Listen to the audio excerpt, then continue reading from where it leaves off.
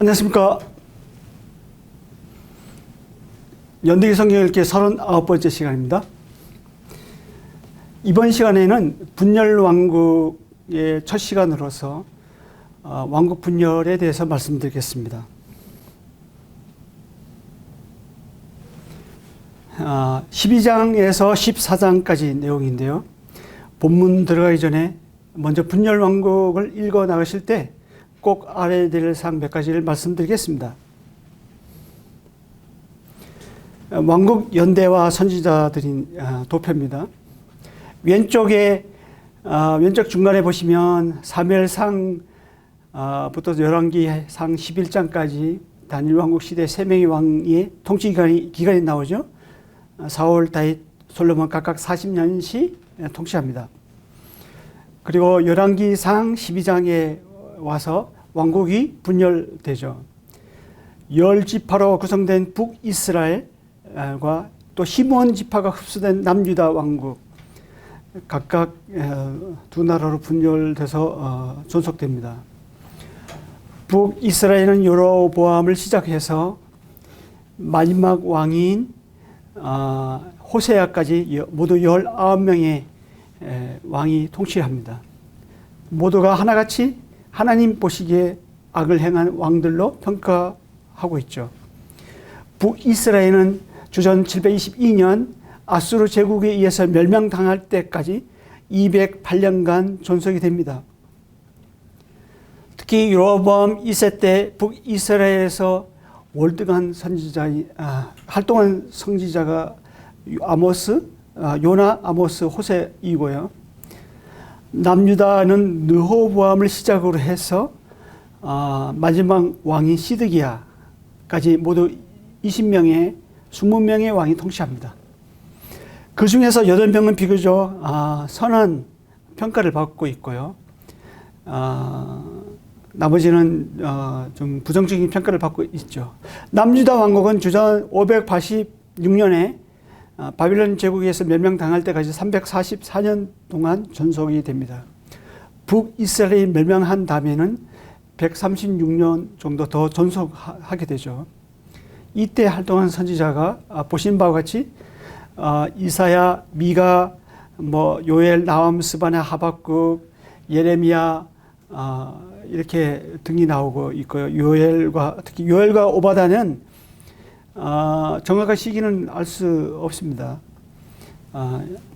이처럼 분열 왕국을 들어가기 앞서서 전체 흐름을 먼저 보시고 보신 다음에 이해하는 데 도움이 되실 것입니다. 분열 왕국은 특히 이름과 지명이 많기 때문에 성경 읽기가 쉽지 않습니다. 우리가 레위기 읽을 때 한 번의 위기를 겪게 되거든요. 근데 열왕기상 12장부터 또 시작하면 또 위기가 또 한 번 찾아옵니다. 그만큼 지명과 이름이 많고 이때 당시에 왕들도 많잖아요. 남북 합치면 39명 되거든요. 그리고 지명도 많이 나오고 있고 그래서 상당히 좀 접근하기가 쉽지 않습니다. 그래서 제가 이해하기 쉽게 하기 위해서 도표와 기타 지도 그리고 기타 자료를 최대한 활용해서 설명 드리겠습니다. 잘 따라오시기 바랍니다.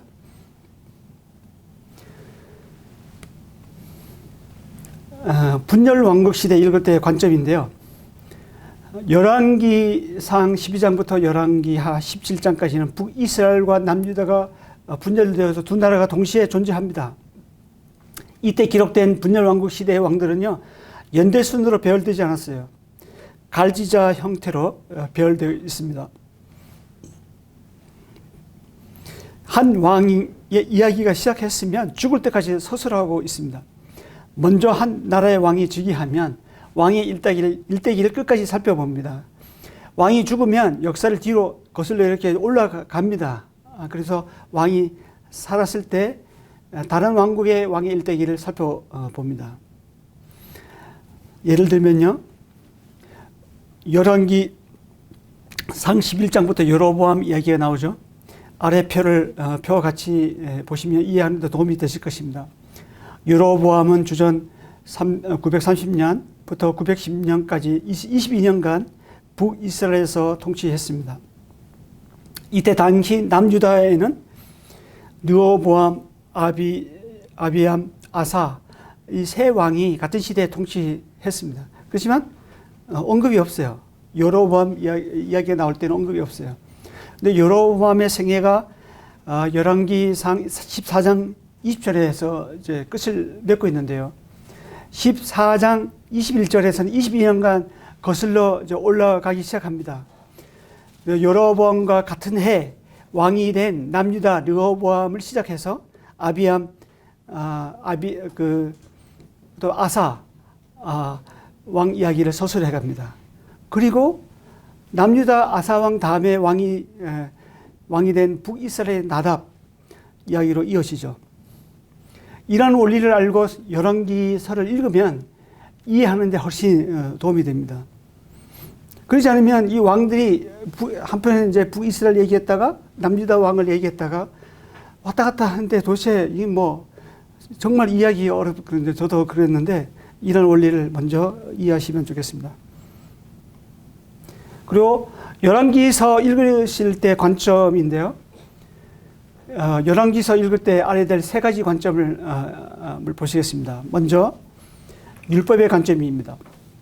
이것은 모세가 시내산에서 율법을 받을 때부터 북이스라엘이 존재했을 때까지 적용됩니다.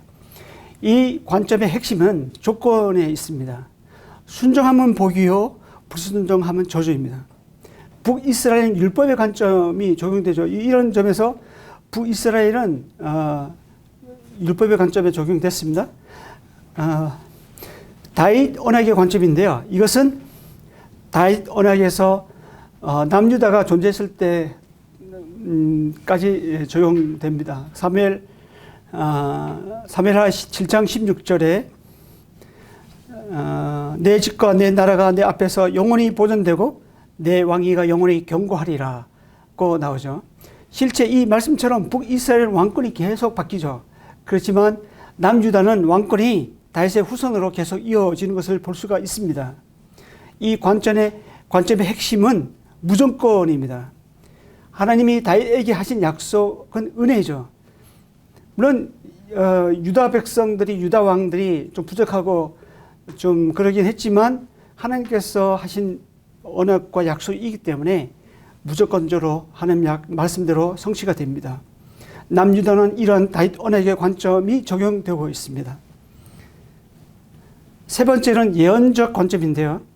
여러 나라가 한 예언이 어떻게 어떤 선지자가 한 예언이 어떻게 성취되어 가고 있는지 써내려가고 있습니다.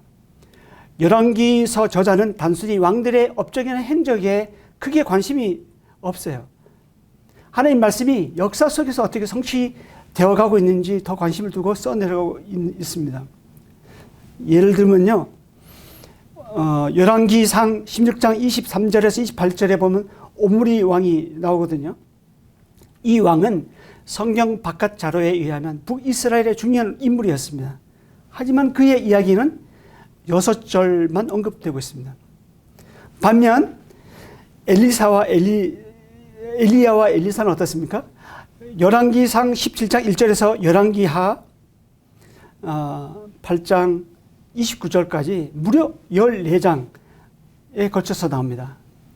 그들의 사역 기간이 이게 합쳐도 30년에 불과합니다. 근데 열왕기서 전체의 3분의 1 분량입니다. 결국 선지자들이 어떻게 이스라엘 우상 숭배에 맞서 싸우고 또 하나님 말씀을 어떻게 성취되어 가는지 거기에 초점을 두고 있다는 것이죠. 그래서 선지자들의 예언과 성취의 부분이 이렇게 정리될 수가 있는데요. 나단 선지자는 성전 건축에 대한 예언을 이제 했는데 사무엘하 7장 13절에서 예언하고 있고 이 말씀은 열왕기상 28장 20절에서 성취되었습니다. 그리고 아이야 선지자가 왕국 분열에 대해서 한 예언은 열왕기상 11장 29절에서 32절에서 하고 있습니다. 이 말씀은 열왕기상 12장 15절에서 성취가 됐죠. 그리고 한 예언자, 이름은 밝히지 않는데 한 예언자에 의해서 여로보암이 세운 베델의 제단 심판을 열왕기상 13장 2절에서 예언하고 있습니다. 근데 이 말씀은 열왕기하 23장 16절에서 18절에서 성취되고 있습니다. 그리고 아히야, 이 선지자는 여로보암 가문의 몰락에 대해서 열왕기상 14장 6절에서 11절에서 열왕기상 14장 6절에서 11절에서 예언하고 있습니다. 근데 이 말씀은 열왕기상 15장 29절에서 성취가 되었죠. 이 외에도 북이스라엘의 멸망, 바하사의 집의 멸망, 여리고 재건시 이말 심판, 아합의 몰락, 아합 가문과 이세벨의 죽음, 아하시아의 죽음, 예후 가문 왕위 4대 계승, 남유다 왕국의 멸망, 이런 것들이 선지자에 의해서 예언이 되었죠. 그리고 이 예언들이 여호와의 말씀대로 어떻게 성취되고 있는지를 분명하게 이제 기록되고 써내려오고 있습니다. 이것이 열왕기에서 나오는 특징적인 부분입니다. 다음은 분열왕국 열왕도표입니다. 열왕기상 12장까지 나오는 분열왕국의 열왕기상 12장부터 열왕기하 25장, 열왕기하 마지막 25장까지 이제 분열 왕들이 나오는데 그 열왕들을 한눈에 볼 수 있도록 정리를 해 봤습니다. 그 왕들 이름, 그 다음에 왕들에 대한 평가, 즉위 나이, 통치 기간, 또 남북 간의 긴장 관계, 당시 활동한 선지자들, 또 관련 구절, 주요 내용들을 정리해 놓았거든요. 이게 보시는 게 아무것도 아닌 것 같은데 상당히 시간이 걸렸어요. 근데 분명하게 성경 읽을 때 같이 이걸 놓고 보시면 굉장히 이해하는 데 도움이 많이 됩니다. 이거 뒷장에도 보시면 왼쪽에는 남유다 왕들, 오른쪽에는 북이스라엘 왕들이 연대순으로 배열되어 있죠. 특히 연대는 여기서 나오는 연대는요, 학자마다 1년에서 10년 정도 차이가 납니다. 그래서 정확하지 않고 저는 이제 T-힐이라는 연대를 참조했습니다. 역사의 흐름을 이해하기, 우리가 이제 연대 성경 읽기를 하고 있잖아요. 그래서 연대를 빼놓을 수가 없어요. 언급할 수밖에 없는데 역사의 흐름을 이해하는 차원에서 그 활용하시면 좋을 것 같습니다. 왜 이 연대가 내가 알고 있는 연대가 틀리냐 이렇게 저한테 따지지 마십시오. 그러면 곤란합니다.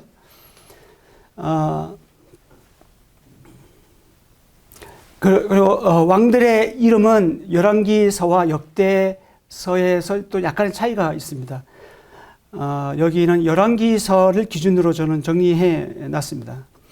그리고 다윗 시대부터 바벨론 포로 전까지 계보가 마태복음 1장과 그리고 역대상 3장에는 약간 또 차이가 나고 있고요. 이제 뭐 차이가 난다는 게 다르다고 하기보다는 마태복음에서는 몇 왕들이 생략되고 있죠. 그 정도만 이제 알고 넘어가시면 좋겠습니다. 나머지는 이 도표를 참조하시고 다운받으시고 그렇게 성경 읽으실 때 같이 놓고 보시면 좋겠습니다. 왕국의 이제 분열입니다. 14장에서 12장, 열왕기상 12장에서 14장까지 내용인데요. 솔로몬이 죽자 이제 온 이스라엘은 솔로몬의 아들 르호보암을 왕으로 세우려고 세겜에 모입니다. 12장 1절에 나오고 있고요. 백성들은 신변의 위협을 느껴 외국으로 도망한 여로보암을 데리고 옵니다. 그리고 함께 왕이 될 르호보암에게 조건을 겁니다. 무거운 멍에와 노동을 가볍게 해주면 왕을 섬기겠다고 이제 말하죠. 그런데 한때 솔로몬은 건축 짓는 일에 많은 사람을 동원했습니다. 많은 건물을 짓다 보니까 세금도 많이 걷어야 했고 또 이런 노동력도 많이 동원되어 했습니다. 그래서 백성들은 과중한 세금과 지나친 노동 때문에 삶은 피폐해지고 힘들어졌죠. 그래서 르호보암에게 찾아서 이렇게 요청을 하는 것입니다. 르호보암은 여러 사람한테 자문을 받습니다. 문제는 어른들의 이야기를 듣지 않고 함께 자라난 친구들의 이야기를 듣고 더 강경책을 썼다는 데 있습니다. 세금은 전에보다 더 무겁게 부과했습니다. 그리고 노동은 전에보다 더 힘겹도록 했습니다. 또 노동은 원래 남겨진 열국들이 그 몫이었거든요. 그런데 일손이 부족하다 보니까 이스라엘 백성들도 동원됐어요. 남유다보다는 북쪽에 있는 이스라엘 열지파 사람들 많이 동원했어요. 이것이 북쪽의 열지파가 떨어져 나가는 빌미가 되죠. 12장 5절에서 19절 보면 그런 내용이 나와 있습니다. 솔로몬의 아들 르호보암은 41세 때 남유다 왕이 됩니다. 예루살렘에서 17년간 다스리죠. 예루살렘을 기점으로 해서 남쪽으로는 유다 지파와 시몬 지파가 있었고요. 시몬 지파는 일찍 유다 지파에 흡수된 것 같습니다. 그래서 예루살렘 남쪽을 일컬어 남유다라고 부릅니다. 한때 솔로몬의 신하였던 여로보암은 북쪽 열지파의 왕이 됩니다. 세겜에 거주하면서 22년 동안 다스리는데요. 솔로몬 당시 무역을 활성화했습니다. 이때 애굽은 무역 중개를 이스라엘에게 빼앗겼습니다. 솔로몬 당시 이를 찾기를 원했습니다. 애굽이. 이스라엘은 그래서 이스라엘을 붕괴시키려고 했습니다. 그래서 반 솔로몬, 반 르호보암 아래서 여로보암을 지지해주고 정책적인 또 재정적인 지원과 군대를 보내줬습니다. 그래서 여로보암을 하여금 나라를 분열시키는데 일조를 했죠. 비록 우리는 그렇게 역사적으로 볼 수 있겠지만 르호보암이 정치적으로 미숙해서 남부로 나눠졌지만요. 실상은 하나님이 솔로몬에게 이미 말씀하신 대로 이루어진 것입니다. 르호보암이 잘못해서 나누어진 것 같지만 실상은 그 이전에 솔로몬의 제약으로 인한 심판으로 남북으로 갈라지게 된 것입니다. 이것이 하나님의 관점에서 본 하나님의 역사입니다.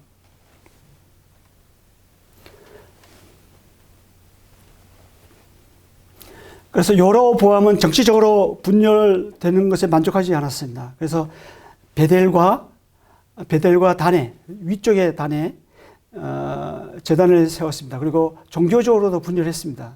두 금송아지를 만들어서 하나는 남쪽 경계 지역인 베델에, 다른 하나는 북쪽 경계인 단에다가 두고 경배하도록 합니다.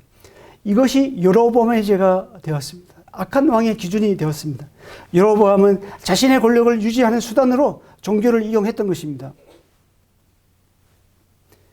유다에서 온 한 예언자는 여로보암이 세운 베델 제단을 이후 나올 요시야 왕에 의해서 심판받을 것이라고 예언합니다. 13장 1절에서 1절 이하에 나오고 있고요. 이 말씀은 실제 열왕기하 23장 16절에서 18절에서 성취되었습니다.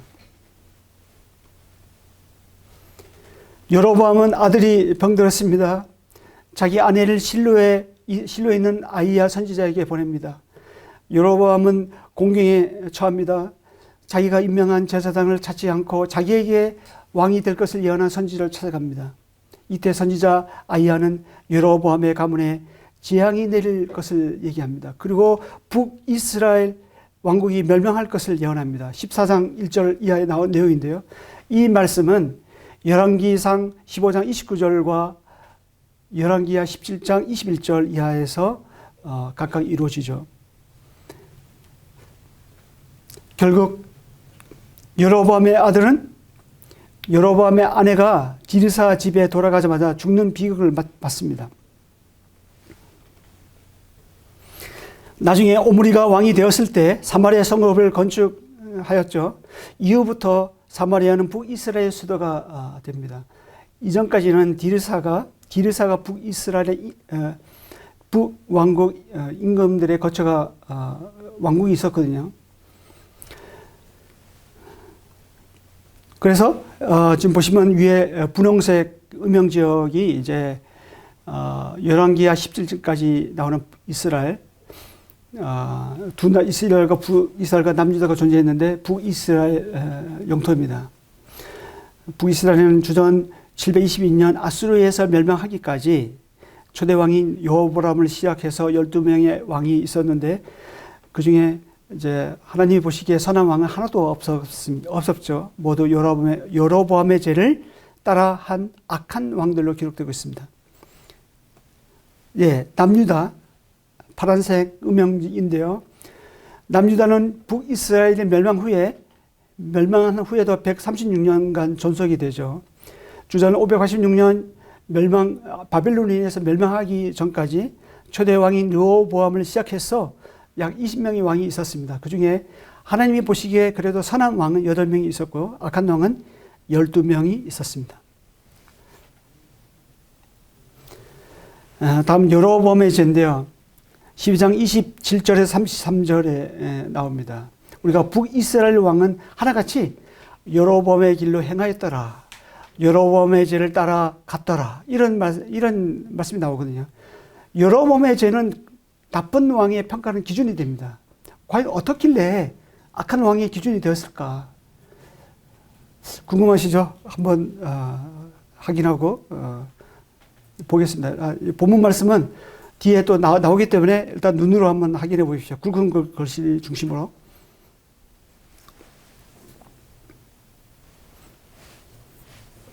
이 말씀을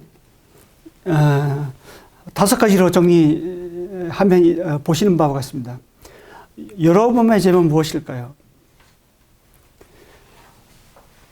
여로보암의 죄는 신명기 율법의 거의 모든 말씀을 어겼다는 인상을 줍니다. 첫째, 중앙성소 이외의 제사를 드렸습니다. 둘째, 금송아지 형상을 만들었습니다. 셋째, 비레위 계열 제사장을 임명했습니다. 제사장이 레위 계열이 아닌 일반인들 아무나 제사장으로 세웠습니다. 넷째, 자기 마음대로 날짜를 정해서 유다 절기와 비슷하게 절기를 지키게 했습니다. 다섯째, 다윗처럼 하나님의 명령을 지키지 않았습니다.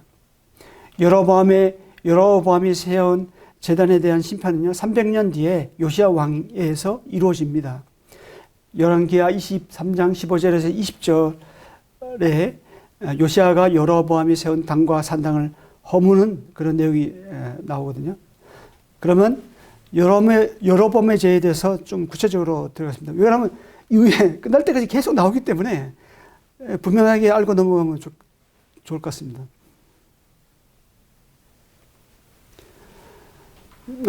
여로보암의 죄는 특별히 첫 번째 중앙성소 위에 제사를 드렸습니다.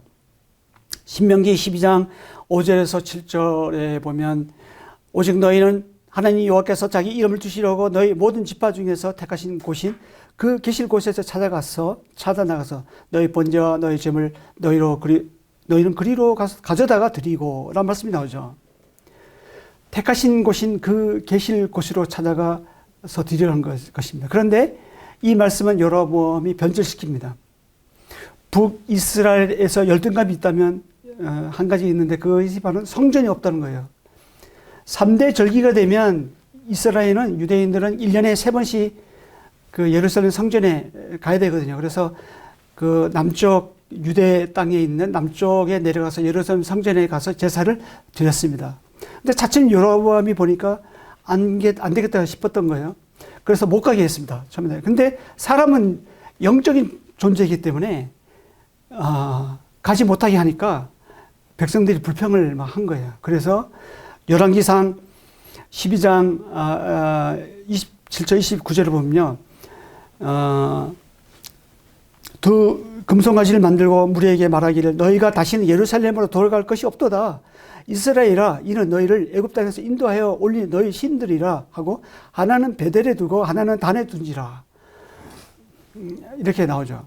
여로보암은 하나님이 택하신 장소인 예루살렘의 중앙 성소가 아닌 임의의 다른 장소 바로 베델과 단에 가서 이제 제사를 드리겠습니다. 하나님 말씀과 관계없이 자기 마음대로 결정을 했습니다.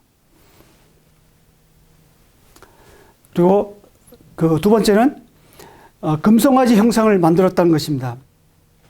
신명기 9장 8절에서 21절에 보면요.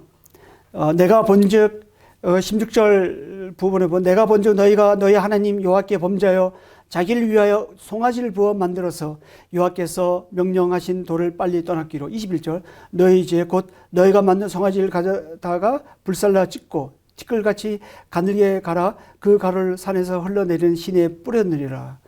이런 말씀이 나옵니다.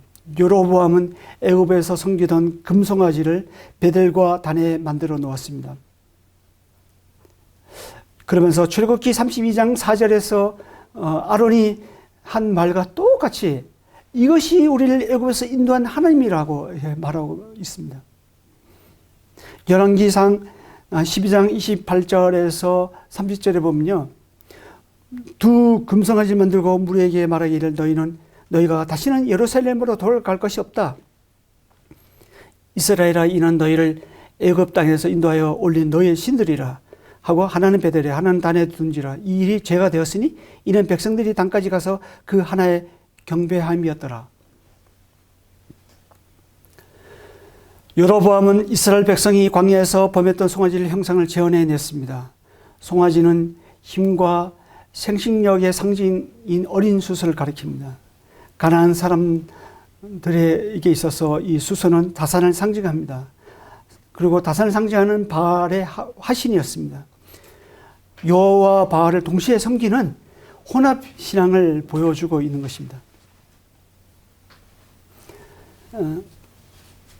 그리고 여로보암의 제 세 번째는 비계열, 비레인 계열 제사장을 임명했다는 것입니다. 신명기 18장 1절에서 8절을 보면요, 1절 보면 레위 사람 제사장과 레위의 온 지파는 이스라엘 중에 분깃도 없고 기업도 없을지니 그들은 여호와의 하제물과 그 기업을 먹을 것이라. 5절에 보면 이는 내 하나님 여호와께서 내 모든 지파 중에서 그를 택하여 내시고 그와 그의 자손에게 항상 여호와의 이름으로 서서 섬기게 하셨음이니라고 나오죠. 그런데 이 말씀은 여로보암이 무시합니다. 그리고 자기 마음에 맞는 사람을 세우죠.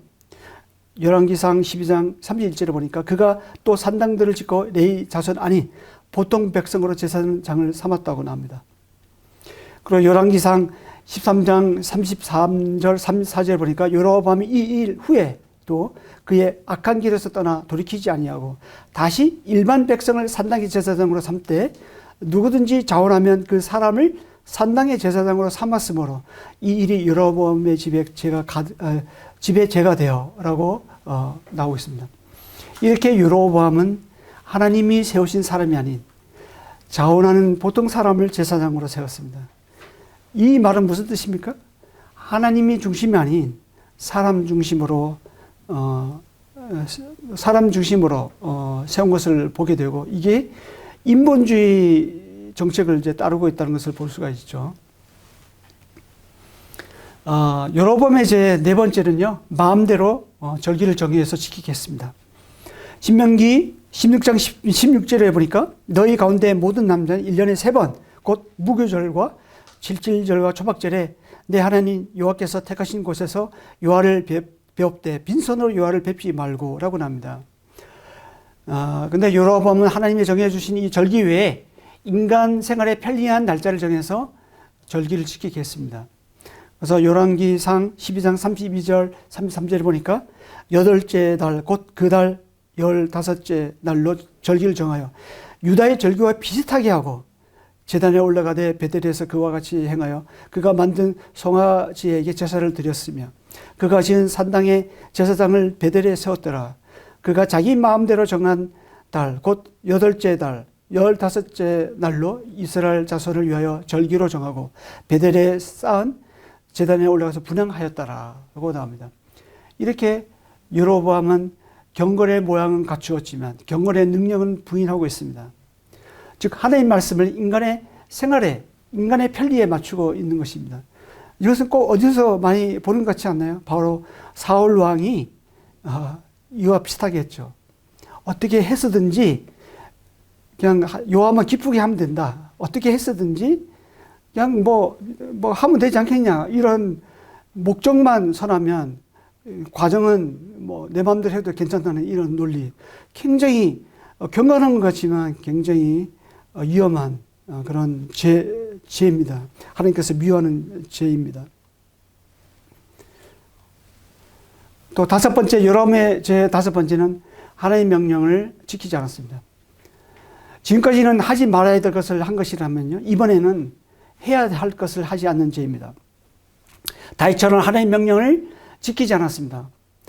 열왕기상 11장 38절에 보니까 내가 만일 내가 명령한 모든 일에 순종하고 내 길로 행하며 내 눈에 합당한 일을 하며 내 종 다윗이 행한 같이 내 율례와 명령을 지키면 내가 너와 함께 있어 내가 다윗을 위하여 세운 것 같이 너를 위하여 견고한 집을 세우고 이스라엘을 내게 주리라.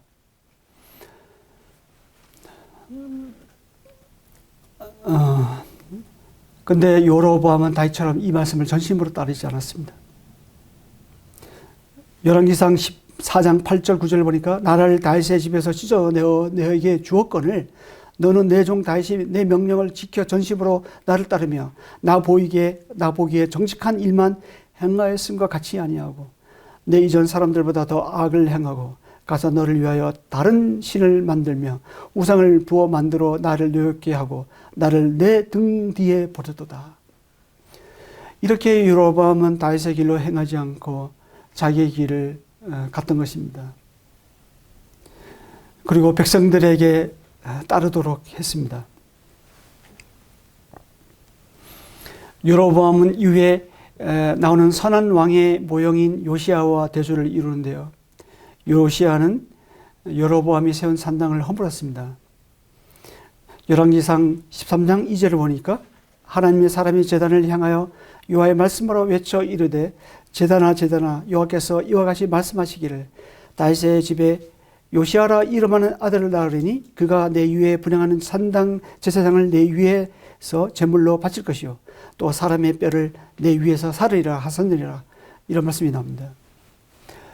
이 말씀은 이 예언은 열왕기하 23장 15절에서 22절에서 이제 이루어지고 있는데요. 또한 이스라엘에게 범죄하게 한 느밧의 아들 여로보암이 베델에 세운 제단과 산당을 왕이 헐고 이제 요시아 왕이 헐었다는 거죠. 또 그 산당을 불살르고 빻아서 갈을 만들며 또 아세라 목상을 불살랐더라.